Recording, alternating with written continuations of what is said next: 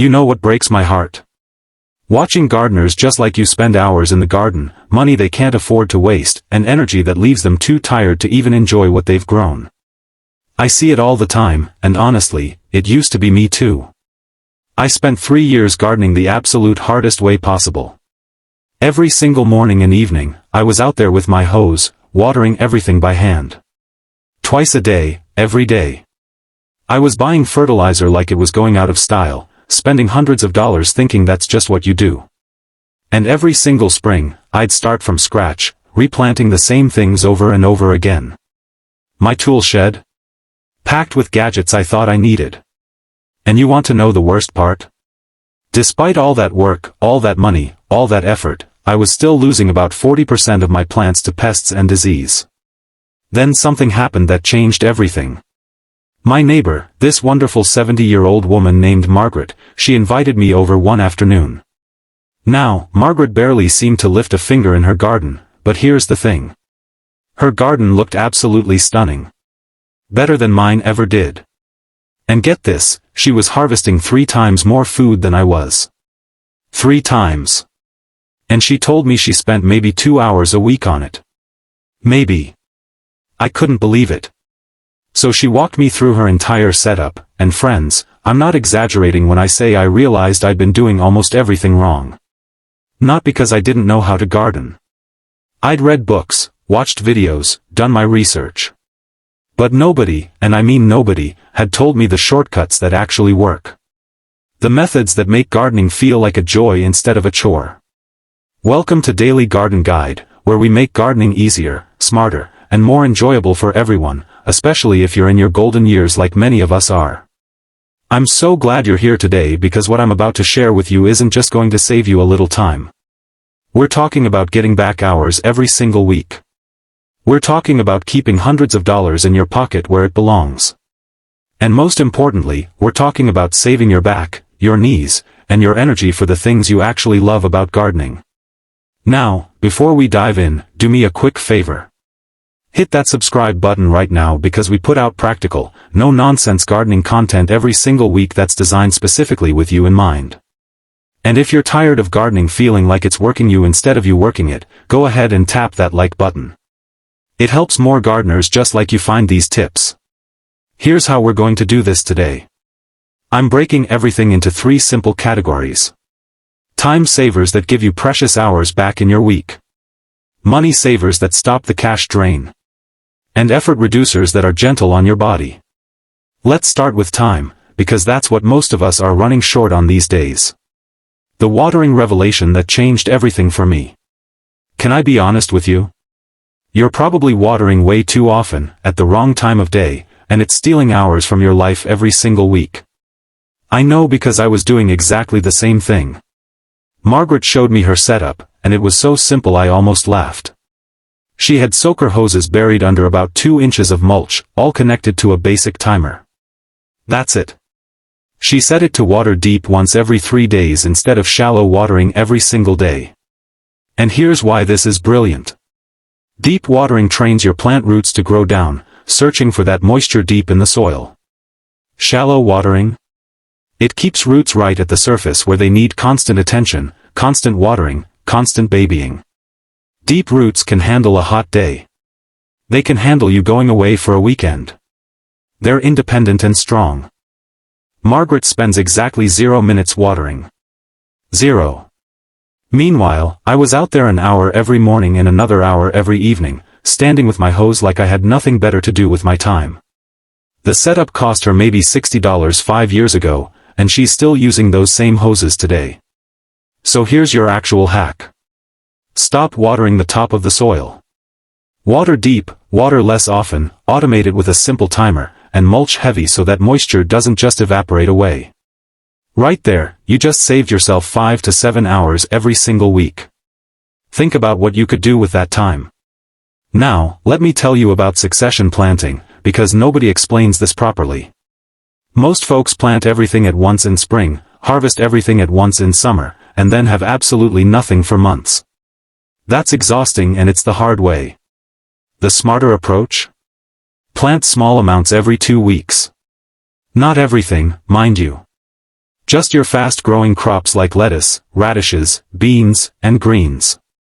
Instead of 50 lettuce plants all ready at the same time, you're planting maybe 10 every couple of weeks throughout the season. Now you've got fresh lettuce for months instead of way too much for one overwhelming week where you're desperately trying to give it away to neighbors. This saves you time because you're not drowning in a massive harvest all at once, spending entire weekends canning and freezing and preserving. Instead, you're just picking what you need for dinner, continuously, naturally. So much easier on you. The mulch secret that eliminates 80% of garden maintenance. Listen, mulch isn't just to make your garden look pretty. Done right, it practically runs your garden for you. 4 to 6 inches of wood chips, shredded leaves, or straw on top of your soil does 3 incredible things. It stops weeds before they even start. It holds moisture in the soil so you water way less. And it breaks down over time, feeding your soil naturally. I used to spend hours every single week on my hands and knees pulling weeds and constantly watering. Margaret mulched heavy just once a year and barely touched her garden otherwise. And get this, her soil got richer and healthier every single year. Mine just stayed mediocre no matter how hard I worked. Here's the real secret. You can get mulch completely free. Call local tree service companies and ask if they'll deliver wood chips. Most of them will dump a whole truckload at your place for free because otherwise they have to pay to dispose of it. You just saved $200 and about 10 hours of weeding every single month. Now that's smart gardening. If you're learning something valuable here, go ahead and drop a comment below telling me which tip you're most excited to try. I read every single one and I love hearing from you. The plant once, harvest forever strategy. Here's something that took me way too long to figure out. Annual crops are a time trap. You plant, you grow, you harvest, and then you start completely over every single year. It's like running on a hamster wheel. The smarter way? Perennials. Asparagus, rhubarb, perennial herbs like oregano and thyme, walking onions, berry bushes, fruit trees. You plant them once and harvest for years, even decades. I was replanting tomatoes and peppers and cucumbers every single spring. Took hours and hours of work starting seedlings, hardening them off, transplanting. Margaret had asparagus beds that had been producing for 15 years. Herb patches she planted once and basically forgot about. Berry bushes pumping out fruit with zero maintenance from her. Now, you don't have to replace all your annuals. But every perennial you add is time you're not spending replanting and fussing year after year. Those time savings add up beautifully over the years. We've just saved you about 15 hours every week. Now let's talk about money, because I know a lot of us are on fixed incomes and every dollar matters. The fertilizer situation that's draining your wallet. Walk into any garden center and they'll sell you specialized fertilizer for tomatoes, for roses, for vegetables, for flowers, for everything under the sun. All different formulas, all expensive, all claiming to be exactly what you need. Margaret set me straight on this one. Most of it is just clever marketing. Plants need nitrogen, phosphorus, and potassium. The ratios matter more than whatever fancy label is on the bag. But here's the real game changer. Stop buying fertilizer entirely. Compost gives you everything those expensive bags provide, plus it improves your soil structure, holds moisture, and feeds all those beneficial organisms living in your soil. You cannot buy that in a bottle at any price. I was spending $300 every year on fertilizer. Margaret spent zero. Nothing. And her plants looked incredible because her soil was actually healthy, not just artificially pumped full of chemicals. Start composting your kitchen scraps and yard waste. You're literally turning garbage into the best fertilizer that exists, absolutely free. If you really need a boost somewhere, get a simple soil test and add only what's actually missing. Stop guessing and stop buying every specialty blend they try to sell you. The seed buying trap that keeps you coming back. Most gardeners buy brand new seeds every single year. Those little packets cost $3 to $5 each, and when you're planting a full garden, that adds up faster than you'd think. Here's what Margaret taught me. Save seeds from what you grow. Now, not everything works for this. Those hybrid seeds from the store won't breed true. But heirloom and open-pollinated varieties? They're perfect for seed saving. Tomatoes, peppers, beans, peas, lettuce, herbs. Just let a few plants go to seed at the end of the season. Collect those seeds. Store them in a cool, dry place, maybe in an envelope in your refrigerator. One packet of seeds can literally become unlimited seeds forever. I was spending $150 every year on seeds. Margaret spent maybe $20 on a few new interesting varieties she wanted to try. Everything else she saved herself. And here's a bonus you might not know. Seeds you save yourself actually adapt to your specific garden, your specific soil, your specific climate. They get better and better over time. How amazing is that? Alright, stay with me because we're about to talk about the effort reducers. These are the methods that save your back, your knees, and your energy. This is especially important for us as we get older. The no-dig gardening revolution. Tilling and digging, it destroys your soil structure, kills all those beneficial organisms, creates more weed problems, and it's absolutely brutal on your back. I used to spend entire weekends breaking my back double digging garden beds. Margaret hadn't touched a shovel in 5 years. 5 years. And her soil was fluffy, rich, full of happy worms. Mine was compacted and lifeless. Here's the beautiful simplicity of no-dig gardening. You layer compost and mulch right on top of the soil and let the worms and microbes do all the hard work for you.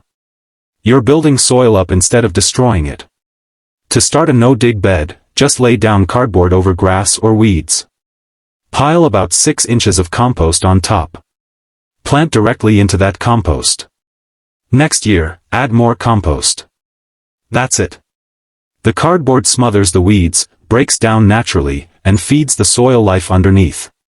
You just eliminated 90% of the physical labor in gardening. Think about how good your back is going to feel. The weeding method that ends the nightmare.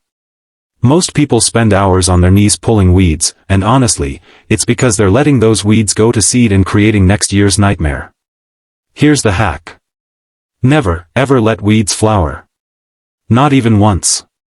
Walk through your garden once a week with a simple hoe. Just scrape any small weeds right at the soil surface before they get established. Takes maybe 10 minutes instead of hours of hand pulling later. And here's the secret. That first year you do this religiously, you're fighting all those weed seeds already in your soil. But every year after that gets easier and easier because you're not adding thousands more seeds. Margaret walks her garden every Sunday morning with her hoe. Takes 15 minutes tops. No weeds survive to make seeds. Her garden looks absolutely pristine all year round. I was spending hours every week pulling big established weeds that had already dropped thousands of seeds for next season. I was literally creating my own problems. Before we get to the last few tips, if you're finding this helpful, make sure you're subscribed to Daily Garden Guide and that bell icon is turned on. We're building a wonderful community of smart gardeners here, and I'd love for you to be part of it. Growing up instead of out. Most gardeners only use about 20% of their available space because they're only thinking horizontally. But when you grow vertically, you reclaim so much space and cut your maintenance time dramatically. Cucumbers, tomatoes, pole beans, peas, squash, anything that vines can grow up instead of sprawling all over the ground. When plants grow up on trellises, you're not dealing with rot from ground contact. You're not fighting slugs and snails. And harvesting is so much easier because you're not bending over constantly. Simple cattle panel trellises cost about $20 and last 20 years or more. Just lean them against a fence, a wall, some posts. Plants climb happily, your production doubles, and your maintenance drops way down. Margaret grew more food in less space with less work because everything that could climb was climbing. I had vining plants sprawling across 100 square feet of ground. Hers went up 10 feet and took up maybe 5 square feet. Learn from my mistakes, friends. The companion planting magic. Most people fight pests with sprays and traps and constant worry. There's an easier way. Let your plants do the pest control for you. Basil repels aphids and whiteflies beautifully. Plant it near your tomatoes and peppers. Marigolds repel beetles. Plant them everywhere, plus they're cheerful and bright. Nasturtiums are aphid magnets. They draw aphids away from the vegetables you actually care about. I used to spend hours inspecting every plant, hand-picking pests, spraying things. Margaret planted strategically and barely had pest problems worth mentioning. The effort saved isn't just in pest control. It's in not losing plants. When you lose a plant to pests, you're replanting, starting over, wasting everything you invested in that plant. Smart planting prevents that heartbreak. So there you have it, friends. These aren't cute little tricks you saw on Pinterest. These are fundamental changes to how you garden that make it actually sustainable and enjoyable instead of exhausting and overwhelming. I spent 3 years doing it the hard way before Margaret showed me this wisdom. My garden looked okay. Hers looked absolutely incredible with a fraction of the effort. The difference wasn't talent or experience or some green thumb magic. It was simply knowing which methods actually work. Here's what I want you to do. Don't try to change everything overnight. Just pick 2 or 3 things from what we talked about today. Maybe it's automating your watering and starting to mulch heavy. Maybe it's trying no-dig beds and growing vertically. Maybe it's starting a simple compost pile and saving some seeds. Whatever makes sense for your situation right now. Every single change you make is time, money, and effort you're getting back to spend on the parts of gardening you actually love. The peaceful morning walks through your garden. The satisfaction of harvesting your own food. The joy of sharing what you grow with people you care about. If this changed how you think about gardening, do me a favor and hit that like button. Subscribe to Daily Garden Guide if you haven't already, because we're putting out helpful, practical content like this every single week designed specifically for gardeners like us. And please, drop a comment below and tell me which tip you're most excited to try first. I genuinely love hearing from you and learning what works in your garden too. Thank you so much for spending this time with me today. Now go make your garden easier and more joyful instead of harder. You deserve to enjoy every minute of it. I'll see you in the next one, and until then, happy gardening, friends.